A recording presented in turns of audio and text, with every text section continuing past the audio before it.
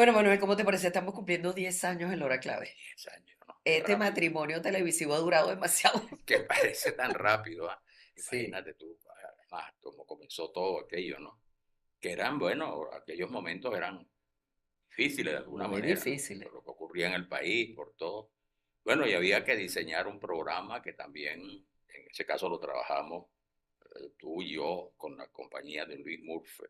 Luis Murphy, nuestro gran Que productor, se nos fue que venía de lamentablemente. una gran experiencia como productor, ¿no? Y entonces, bueno, estuvimos viendo, porque teníamos un reto, te recuerdas que era, bueno, 8 de la noche, el tradicional horario estelar, el prime Estelar. time comenzaba, ¿no? Y entonces, ¿qué programa vamos a hacer? ¿Qué tipo de programa? Vamos a hacer una cosa que tome en cuenta todos los elementos de los programas de televisión, pero que no repita los conceptos tradicionales del programa, Claro. que no sea un programa de entrevistas solamente, que no sea un programa que noticioso, todos son, es lógico que sean así, pero en el caso nuestro había que establecer como una diferencia, ¿no? Claro, pero es que como tú dices, todo es noticia. Claro, Depende además la forma que tú le des, la manera como el público se va a enganchar o no. Entonces, Luis Murphy, ya que lo mencionas, uno, bueno, yo creo que el gran productor que ha tenido este canal por supuesto, histórico, lamentablemente falleció hace unos años. nos acompañó unos Nos años, ¿no? acompañó muchísimo. Es más, la hora clave se debe a Luis. Él Claro. le puso el nombre. Pues dijo, oye, estamos en un horario Que se estelar tomó de un programa muy conocido en la televisión argentina. que se llamaba parecido. Sí, sí, Exactamente. Entonces, bueno, en ese momento nosotros estábamos pensando, bueno, ¿qué hacemos? En realidad, no sé si recuerdas que en eso tuvimos unos grandes confidentes en ese momento. Uno de ellos fue eh, Héctor Susí, que hacía claro. el famoso programa de cocina aquí en Globovisión. Y el otro fue Así Guillermo cocina Susi. Betancur Oteiza, así cocina Susí, y Guillermo Betancur Oteiza, que estaba en Ars Publicidad, uno de los fundadores de Ars. Y ellos dos no solamente nos estimularon a quedarnos y a hacer algo distinto, algo que realmente el público le dijera un poco más allá de lo que eran los programas noticiosos, que había muchísimos, y había programas noticiosos, estaban, bueno, todos los bloques de noticias, estaban los programas de entrevistas, entonces no podíamos hacer un programa que simplemente fuera un programa más de entrevistas, sino que de alguna manera le dejara al público, contribuyera desde todos los puntos de vista, por ejemplo, a contar la historia como debía ser contada, a hacer programas que tuvieran que ver con los temas de la comunidad, con temas políticos, pero no exclusivamente político-partidistas, sino la gran política, y hacer programas de investigación. Entonces nosotros en ese sentido yo creo que por ahí nos enfocamos y Claro, ha sido exitoso, porque la gente no solamente ha pegado eso de cuál es la clave, esta es la clave y la hora clave, sino que de verdad la gente se ha enganchado porque llega un momento que tú te saturas de de tanta tensión de la noticia, etcétera, y necesitas algo que como que te ayude a pensar, te ayude claro, a coger mínimo, como decimos en claro, y criollo, era ¿no? media hora, 27 minutos, Exacto. 25 minutos, ¿y cómo Bueno, lo el repartíamos? formato. ¿Cómo lo repartíamos? Entonces nos pusimos de acuerdo en los negros, ¿no? Ujú. En los segmentos, el primero era dar a conocer el tema, ¿no? Después había, en los primeros programas, ¿te acuerdas? Una opinión que se consultaba en la calle Exactamente. sobre el tema que íbamos a tratar. Y bueno, eso le daba mucha fuerza al programa. Después venía la entrevista, que inicialmente la hacías tú, la entrevista. Después venía también comentarios en relación a lo que era el tema central y a la entrevista. Y finalmente, como siempre, venía el comentario, el remate, ¿no? Parecía que era poco tiempo, pero logramos No, es hacerlo mucho. En televisión es mucho lo que se dice en claro, 3 minutos. lo aprovechamos bastante, ¿no? Sí. No, y además ese formato ha ido derivando Después en pudo función de las cambiar. disponibilidades también Claro, porque las claro, disponibilidades de producción no son las mismas. En claro. un canal que en aquel momento estaba prácticamente comenzando, que mucha gente había dejado su espacio, y que ahora hay de todo y por todas partes, y entonces Claro, las exigencias está como, es un conglomerado mucho más complicado, ¿no? De manejar y desde el punto de fíjate vista de que no, producción. no se habían desarrollado las redes sociales complementarias de la televisión, como ahora había, por Exactamente. supuesto, el Twitter, pero el Twitter no tenía la fuerza que tuvo posteriormente el Instagram, que tiene hoy en día, ¿no? Ni el TikTok, ni se diga el TikTok. Exacto. Entonces, bueno, lo que sí usábamos mucho era el propio equipo del canal, hacer las entrevistas en la calle, ¿no? Salir a la calle. Claro. Y por esa vía hicimos varios programas también fuera del local, del canal. Que sería lo ¿Verdad? ideal, que siguiéramos haciendo Lo esos programas hicimos en varios combinados, sitios pero muy importantes, por ejemplo, lo hicimos en el Ateneo de Caracas, lo hicimos en la Fundación USLAR, ¿no? Lo hicimos casa de algunas personas amigas. a veces íbamos a casas, a veces Claro, en la propia calle, en claro, algún sitio que fuera idóneo, pues nosotros ahí hacíamos. Pero yo creo que lo interesante es el concepto. Fíjate tú que desde un principio, no sé si te acuerdas aquellas reuniones tan sabrosas que hacíamos con Guillermo Betancur, que Guillermo siempre fue un poco como junto con Héctor. Eso sí, fueron como una especie como de ángeles de la guarda que teníamos nosotros al principio, ¿no? Y Guillermo nos citaba de repente, vamos a vernos en tal parte. Entonces se llevaba una encuesta. Los primeros meses, ¿te acuerdas? Los primeros, claro. cuando arrancó el programa, durante el primer año, digamos. Y entonces siempre nos decía, mira, aquí me traen una encuesta de ARS, esto está fabuloso, miren cómo están ganando espacio, cómo están ganando público, etcétera. Eso, por supuesto que eso nos entusiasmaba y nos acompañaba, porque en Claro, ese sin momento duda. fue un momento, como tú dices, muy duro, donde prácticamente estamos, bueno, sometidos a un fuego cruzado. Y bueno, uno tiene que tener también mucha personalidad, mucho sentido de lo que es el deber que tú tienes que estar, mientras no haya una razón de peso para tú dejar un espacio. Eso es lo que me decían a mí, por ejemplo, los periodistas cuando yo cubría la Sociedad Interamericana de Prensa, ¿recuerdas? Claro, Que eran asambleas, en el año se hacían dos asambleas en dos países diferentes. Y los periodistas, veteranos de dictaduras del Cono Sur, me decía, mira, Maki, cuando en tu país los medios se vean de alguna manera constreñidos o en riesgo, eso es una ventana siempre. Ten en cuenta que lo primero tiene que ser para ti el público. Pero eso es yo creo lo que hemos hecho. Y yo veo hacia atrás y digo, valió la pena y hacerlo. además tú sabes qué cosa interesante, ¿no? Por ejemplo, hicimos, bueno, los programas históricos, ¿no? Que Ujú. normalmente se hacen, tú sabes, recordando una fecha, ¿no? Y se hace, pero nosotros, claro, recordábamos la fecha, pero la desarrollábamos con entrevistas que alimentaban y fortalecían, digamos, el tema, ¿no? Mucho, con posiciones contrapuestas, mediante sonido que se tomaba, es decir, la historia, todo por supuesto bajo un guión como se corresponde, ¿no? En estos Claro, casos, y entonces tratamos de profundizar el tema. Y no era un tema específico, los temas históricos, los temas que tenían que ver con la vida cotidiana también. Recuerda, por ejemplo, una cosa que recuerdo mucho. Nosotros hicimos prácticamente, en el caso de Venezuela, pero particularmente de Caracas, la geografía de Caracas. así es. Era parroquia por parroquia, lo que pasaba en tal zona. Y yo me Luego, acuerdo cuando tú dijiste, Gardel vino a Caracas.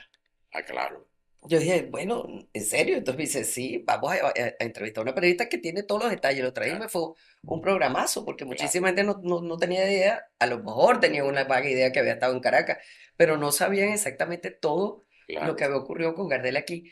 Y por otro lado, me recuerdo, y es bueno mencionarlo en este momento, es por estos días en que lamentablemente estamos recibiendo esas noticias tan terribles de la guerra en Medio Oriente, cómo Venezuela fue un país no solamente de paz, sino acogedor, solidario. Y trajimos a un nieto de López Contreras, Manuel, que nos Claro, echó el cuento de los famosos buques de la Esperanza, que claro, llegaron a atracar en Puerto Cabello con una cantidad de judíos a bordo, que por orden de Hitler, si no los recibía ningún país, había que ahogarlos en alta mar. claro. Y entonces, fue en aquel momento en donde muchos países, lamentablemente de la región, se negaron. Y fue Venezuela, y además a instancias, porque una de las grandes abogadas humanitarias de todo ese grupo fue la señora López Contreras, la esposa Así del es. general López Contreras. Llegaron al recibimiento Y el de ese recibimiento fue barco, por ejemplo, apoteósico. en Puerto Cabello. Ujú. Pues la gente salió a la calle, ¿cómo fue? Muchos se arrancaron en Huihue, en la zona esa que está allí en Carabobo, ¿no? De esos de los que vinieron. Pero además cumplimos varias etapas históricas, ¿no? Por Sí, ejemplo, hicimos uno completo sobre la caída del muro de Berlín, que era una etapa, sobre que todos fue muy los interesante. procesos, digamos, que han ocurrido en América Latina en ese momento, políticos y también hechos naturales, ¿no? Por ejemplo, lo que pasó, por ejemplo, cuántos cataclismos han ocurrido en el mundo, cuál es el que ha tenido mayor repercusión. Bueno, hicimos uno sobre Hiroshima y Nagasaki, sobre los efectos, a propósito que está muy estamos ya todos con lo que ocurre hoy en día, ¿no? Claro, El claro. lanzamiento de la primera bomba atómica. Y bueno, y temas de eso, y también con personalidades que venían a nuestro programa y nos contaban, por supuesto, como invitados, también lo que habían sido sus testimonios personales, ¿no? Claro. Muchos dirigentes políticos de esa época vinieron a hablar, por ejemplo, Carlos Canache Mata, lo recordamos mucho, como nos contó Acaba de fallecer. claro, nos contó mucho de Rómulo Gallego en México, estaba exiliado, cómo atendió a Gallego, qué decía Gallego ese tipo de programas lo Claro, hicimos. era como tener, tú sabes lo que yo creo lo más valioso de todo eso, que hemos logrado tener tanto de Venezuela como del exterior, muchos, como titulaba su libro sobre la época del editor Pérez Jiménez Jorge Dager, muchos testigos de excepción de lo que ha pasado, tanto en Venezuela como fuera de Venezuela. Y en ese sentido, pues esos testimonios son valiosos precisamente porque vienen de quienes venían de quienes venían, pues. Claro, sin duda. Ya esas personas, muchas de ellas no están, ya muchas de ellas han fallecido, pero sin embargo, qué grato fue poder no solamente recoger esa experiencia de viva, sino poderla transmitir con toda serenidad y sin estridencia, o sea, muy reflexivamente a nuestro público, a nuestra gente, para que la gente simplemente, como es la función de todo comunicador, o sea, da los elementos para que la gente razone, discierna y tome su decisión. Claro. Bueno, hicimos también, de alguna manera, a través de ese programa, un recorrido por el país, ¿no? Exacto. Por las tradiciones, bueno, el caso del Zulia, por ejemplo, la gaita, se contaba la historia de la gaita, pero era el Zulia. El caso de las festividades regionales, todos, ¿no? También Religiosa y no y no religiosa, de religiosas tradición. también, culturales, ¿no? Exacto. Bueno, es que ese concepto de programa permitía eso o permite eso. Así que es muy difícil hacer, digamos, a estas alturas una compilación. No hicimos tantos programas de esta naturaleza, sino que lo Yo no fuimos sé ni haciendo de cuántos acuerdo. programas llevamos nosotros ya. La última vez ¿Tú había llevas esa cuenta? 1400 fue la última vez que fue, ya hace unos meses, Ya ¿no? hemos hecho 1400 Sí, o programas. sea que íbamos, claro, no te olvides que nosotros íbamos de lunes a viernes. Bueno, y ya eso es bastante, ¿no? Claro, En días, ¿no? sí, claro. Y bueno, imagínate, bueno, ahora después de la pandemia todo el mundo quedó un poco grabando Claro, ya en era los otra noticieros, cosa, ¿no? etcétera, pero en realidad nosotros pasamos mucho tiempo en vivo y fue Claro, muy interesante todo aquello. Yo recuerdo cuando estamos en el primero de los estudios que tuvimos, siempre la recuerdo porque fue una bella y gran amiga y una mujer de televisión que marcó historia, que fue Carmen Victoria Pérez, que vino de Margarita y nos dijo, vengo de Margarita especialmente a participar con ustedes, porque yo no salgo de Margarita. Bueno, bueno. esa también se nos fue, pero hay que ver todo Y lo que nos contó recuerda ese lo que día. viene a hacer el programa, ¿no? ¿Ah? Hablar de Susana Ubinga, que acababa de morir Vino a en hablar de Susana, Margarita. Y entonces a exactamente. partir de habló de Susana, por supuesto, y de lo que significó el concurso de Mi Venezuela en aquella época. Y así varios casos, ¿no? Importantes, ¿no? De personajes que venían y aprovechamos la oportunidad para profundizar en esos temas, ¿no? Que yo creo que esa es una de las grandes fortalezas del programa que nos permite profundizar, aun cuando, evidentemente, profundizar en un tema en los escasos poco más de 20 minutos, que contando las promociones y los cortes y tal, dura un programa, no es fácil y realmente es un poco fantasioso decir que lo vamos a lograr en ese tiempo, pero yo creo que como nosotros antes sí investigamos, entonces podemos un poco condensar todo lo que queremos significar, todo lo que queremos darle a un tema.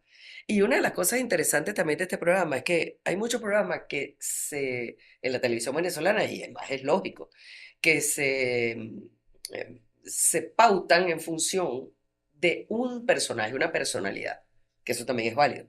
Pero en el caso de nosotros nos propusimos privilegiar los temas, los Claro. grandes temas. Entonces, es en base a un tema que nosotros escogemos el invitado, escogemos el otro invitado que viene por sonido, escogemos las imágenes que vamos a poner, etcétera, etcétera. Eso es importante Sí, destacarlo, es decir, nuestros invitados están condicionados por el tema y vienen a enriquecer el tema que ya ha sido tratado en el primer segmento, ¿no? En esa reflexión, en esa síntesis histórica, y que después son alimentadas con los sonidos, ¿no? Del exterior, pues, las personas exacto.